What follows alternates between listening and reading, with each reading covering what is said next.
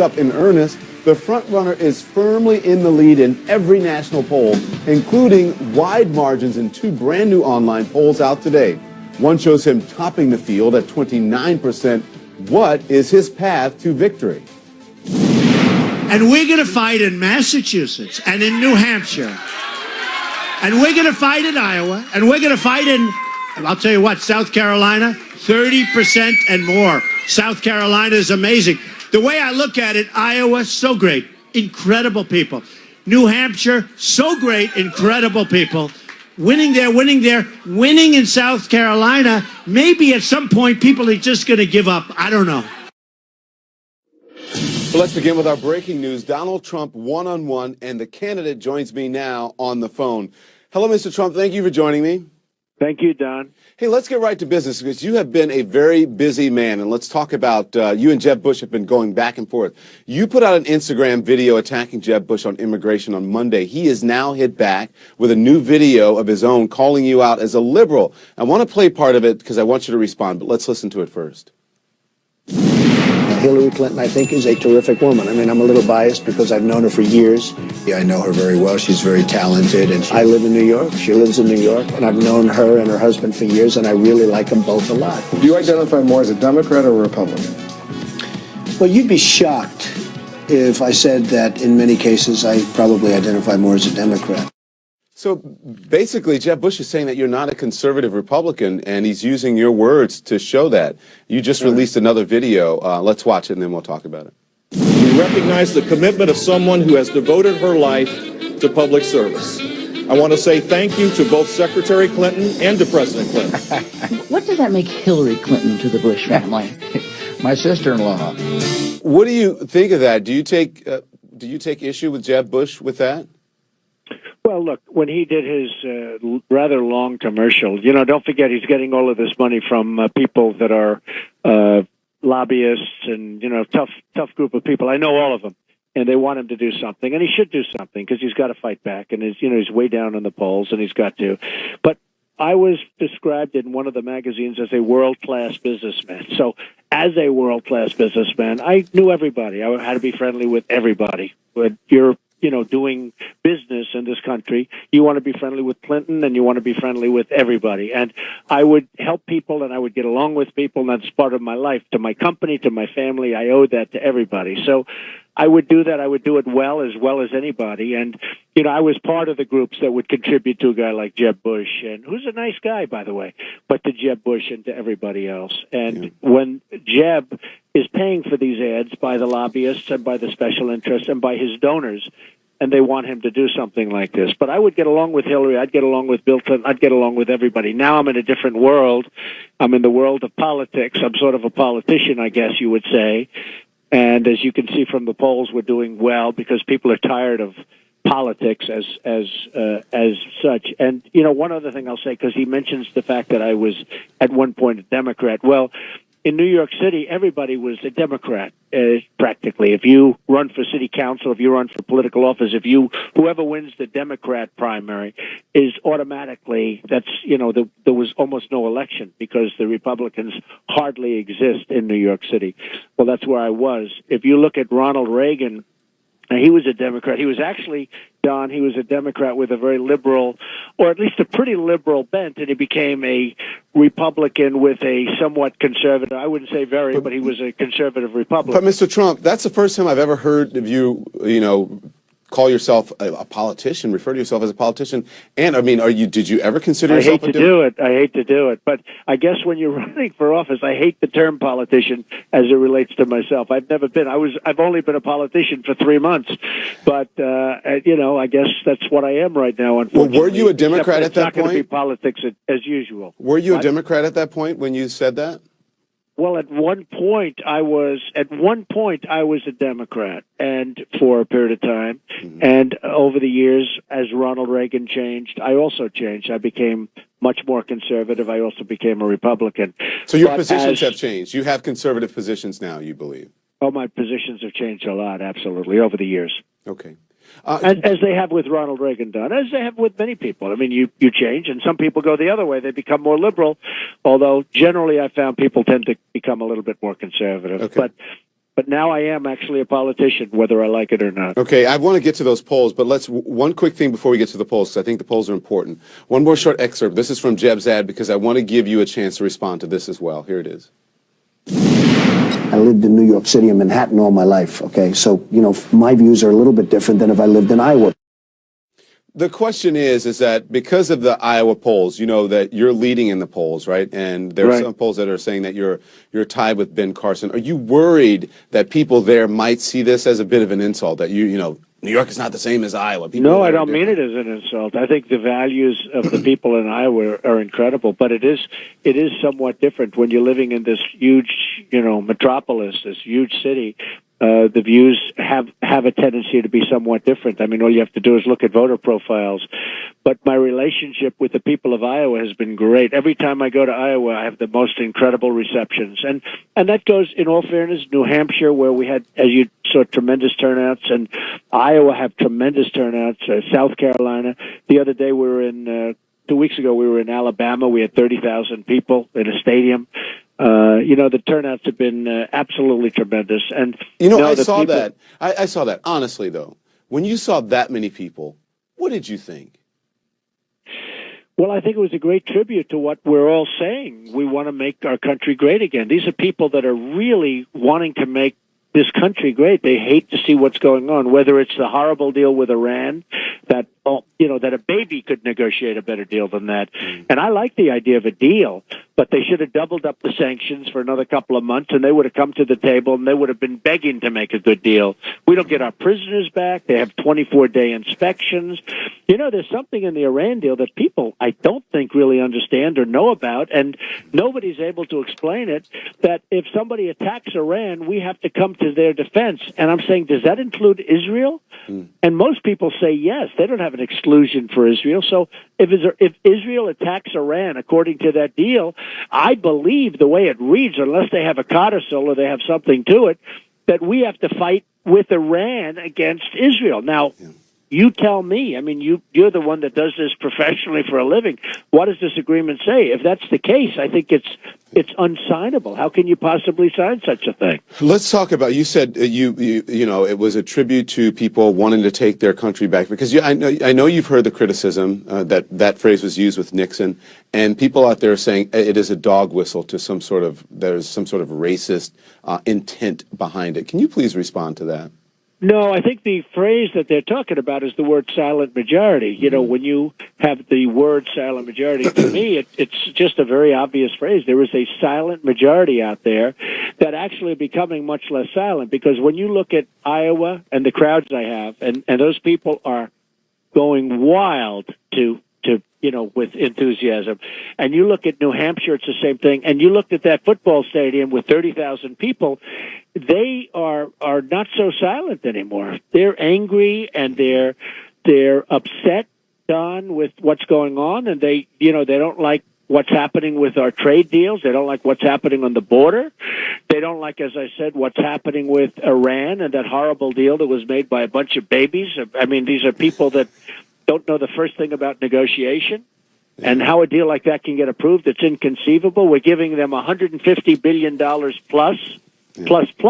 Yeah. And nobody can understand why we can't negotiate a far better deal than that. And I cannot understand that, because I think that's negotiating 101. There's no way that deal should be approved. If it is approved, it's going to be the scourge on our nation. And by the way, a disaster for Israel. Yeah. A complete disaster for Israel. Okay, let's talk about the polls, because I know those are important to you.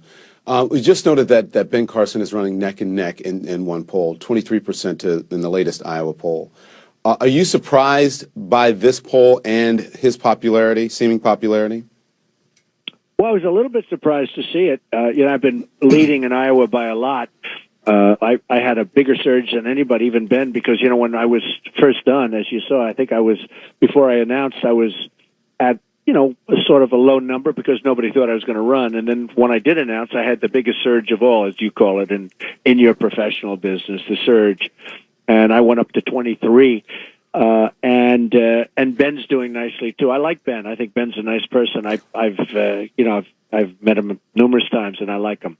Are you going to go after him like you've been going after Jed and Hillary now that he is doing better? Well, you know, I usually go after people. I'm more of a counterpuncher, as they would say in the boxing world. I tend to be, you know, Jeb went after me, and if you know, Perry went after me, and I went after him, and Rand Paul, for some reason, out of the blue, came after me, and I went after him, and the other one, I guess, would be Lindsey Graham. I thought these people were all fine, and they came after me, and then I had to go after them, and perhaps I did a better job than they did.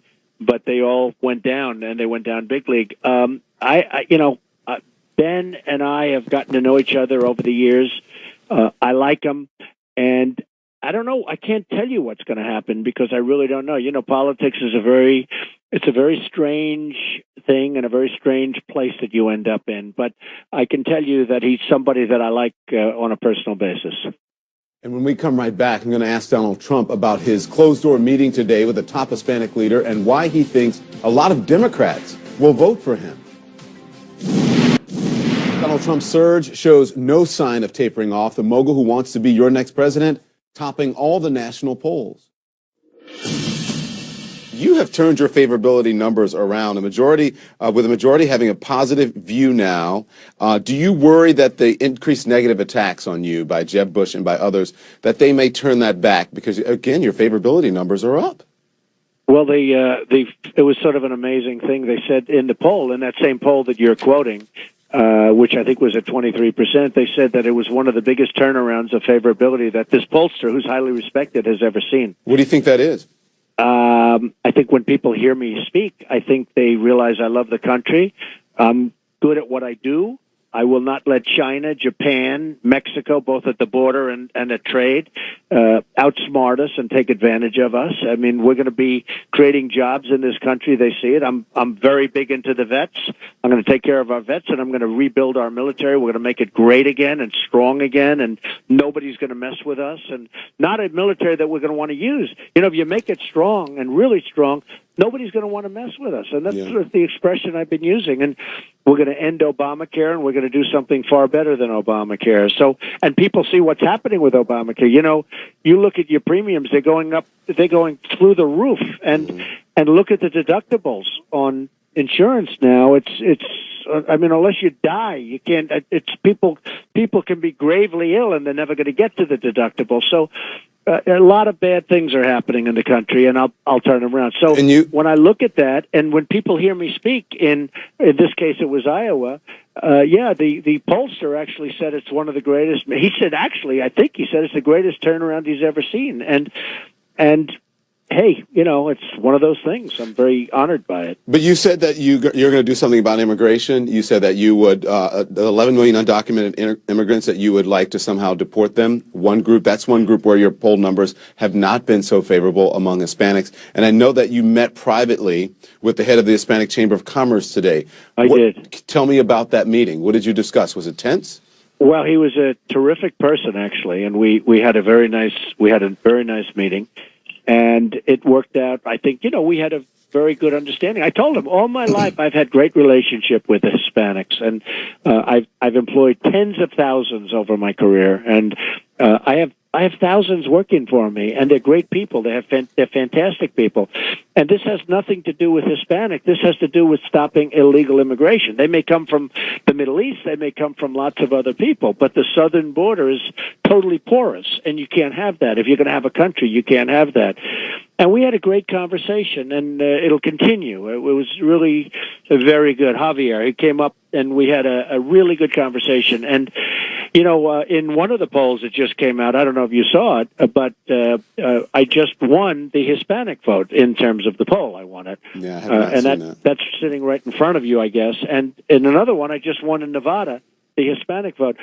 And I think I'm going to win with Hispanics, and a lot of people sort of smile when they say that, but actually the people that live here, Hispanics that are legal, that came in through the long, hard process, they absolutely have a great feeling about me, and I have a great feeling about them. But it's the been only a long... thing is, it has to be legal immigration, not illegal immigration. But Mr. Trump, it's been a long, I would say a hard slog with Hispanics because, you know, the comments that you made initially about Mexico sending its that's because I was misquoted by the press. I mean, the press was misquoting me, and you know that, Don, all over the place. And frankly, Had I not been in this race, as an example, you wouldn't even be talking right now about illegal immigration. It wasn't something that was high on the agenda. And now they are talking about it big league. Now, you had things happen after I announced and after I brought it to the fore, and one of the things was Kate, who was beautiful Kate, killed in San Francisco.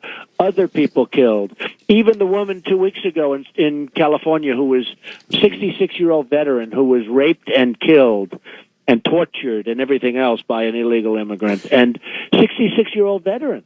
And a lot of things have happened, and they see the kind of crime that we're talking about. And I've had people in your profession quietly apologize to me for what happened, because that first 2 weeks for me was not pleasant, Don, frankly. I can only imagine, because, again, you said you were taken out of context because you said that totally out of context, that Mexico sends people over. But if you could go back, would you amend those statements? Would you say them more clearly? No, because I think in the end, no, I don't think so, because in the end, I'm now being quoted correctly, and we're talking about illegal immigration. Yeah. And again, if I wasn't in this race, nobody would even be talking about illegal immigration. I like to clear up and the problem. I like to clear up context, and I like to get people to get on the record, because is it true that you joked that you don't need the Hispanic vote as a nominee? If indeed so, how would you win the general election if you're No, I never said you don't need the Hispanics. I think I'm going to win the Hispanics. I never said that. I will say this, however.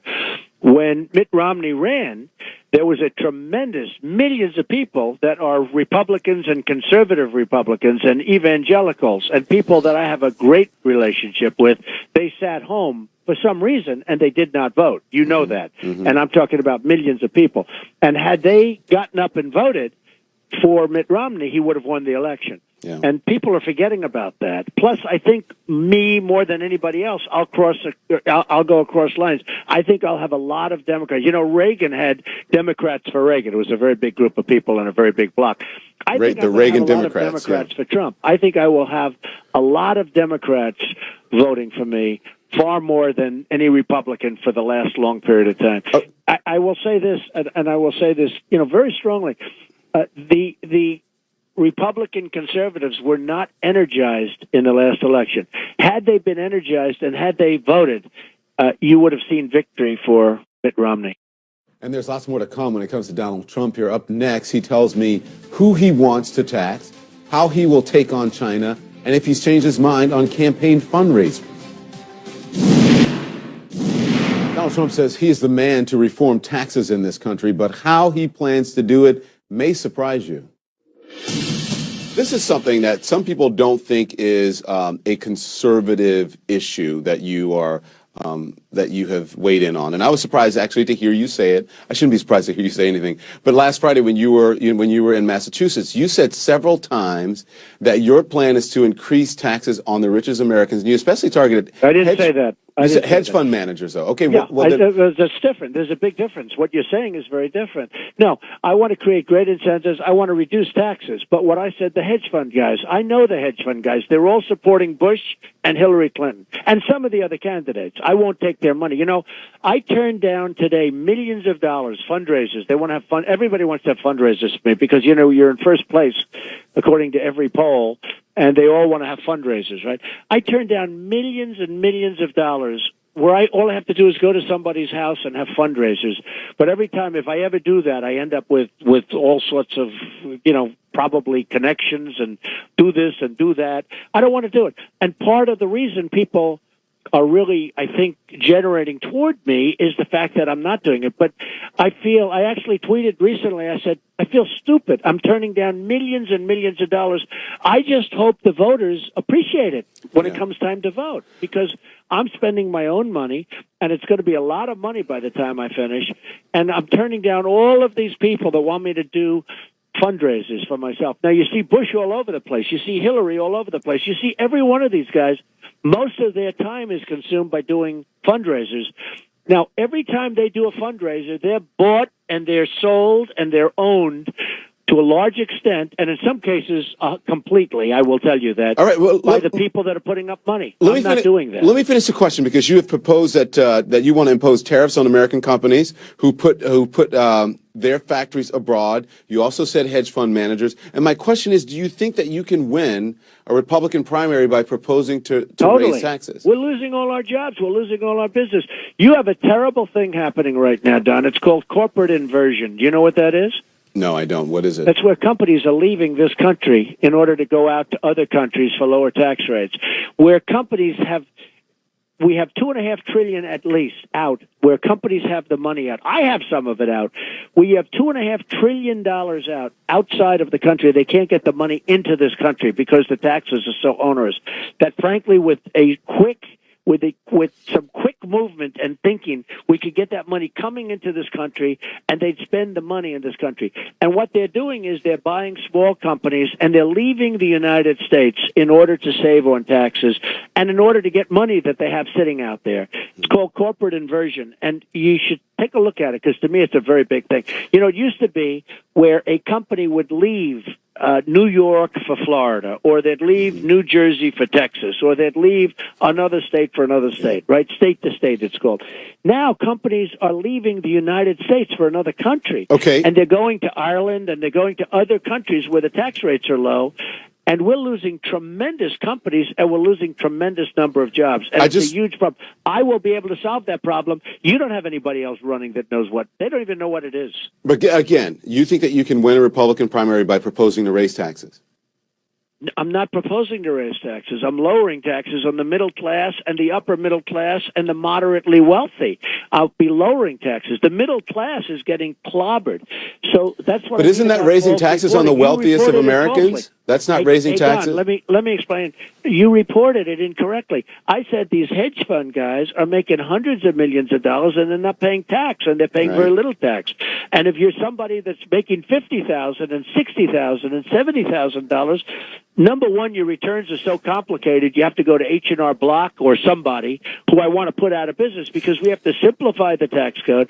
We have to lower taxes, but we have to lower taxes on the middle class, because we're losing our middle class. Yeah. They're getting wiped out. Okay, let's. As I am interviewing you now, I just got an alert that says stocks start September with a nosedive as the Dow closes nearly 470 points. The market took a tumble again today. More concerns about China, of a slowdown there. Okay. Attacking China is a big part of your campaign message, and I've been calling this for a long time. I'm telling you, it's a big bubble. But they've dismissed your attacks as, quote, disturbances. Are you surprised by that? I don't know what you mean. What I'm saying is a disturbance? That's what they said, disturbance. Not a disturbance. I get along great with China. China loves me. I have the biggest banks in the world in my buildings. I mean, they're from China. I do business with China. China knows I know what I'm talking about. Look, China has taken advantage of the United States to a point that you cannot understand. China, it's one of the great thefts in the history of this world, what China's done to they've drained our jobs, they've drained our money, because their politicians are much smarter than our politicians. I will change that around. We will take back jobs, and we will do just fine, and we'll actually have a better. China doesn't even like us. We don't even have a good relationship with China, and they've taken our money, our jobs, our base. They've taken so much from us, and they don't even like us. They don't even respect us. We will turn that around, and you know what? They'll like us better than they do now. What would you do? And not only China, there are many other countries. How would you calm the markets now and keep the economy growing right now? Well, right now, what you have to do is you need better trade deals, because the trade deals are just absolutely just ripping us left and right. And part of the reason you've seen this tremendous, these tremendous swings in the stock market is because we are just getting hammered by other countries. We're so intricately woven to China and other places that when they have problems, they're going to take us down. And I've been saying this. I believe in free trade. But, Don, we don't have free trade. You need smart people to have free trade. I love the idea of free trade, but it's free trade with us. But when we go to China and we go to Japan, look at the cars that Japan is selling us. We give them practically nothing by comparison. We sell them beef, and they don't want it. I mean, you always read where they're having big protests, farmers over there. They don't want our beef, and they don't want what we sell them, which is all perishable stuff. They sell us millions of cars, and they come pouring out in these massive ships. it has to be fair, Don. Our country is losing its jobs. It's losing its pace. It's losing its money. And then on top of everything else, Don, we owe China $1.4 trillion. Think of it. They make a fortune with, and we owe them money. We owe Japan $1.4 trillion. It's the same exact amount. We owe them each $1.4 trillion. With all of the stuff that they do, we owe them money. I want to ask you. I want to ask. Magic act. I want to ask you about, because as I sat and watched last week, and I interviewed the gentleman who owns the car dealerships, who held the fundraiser for you. Now, you said you don't want to be beholden to any donors. Was it a fundraiser?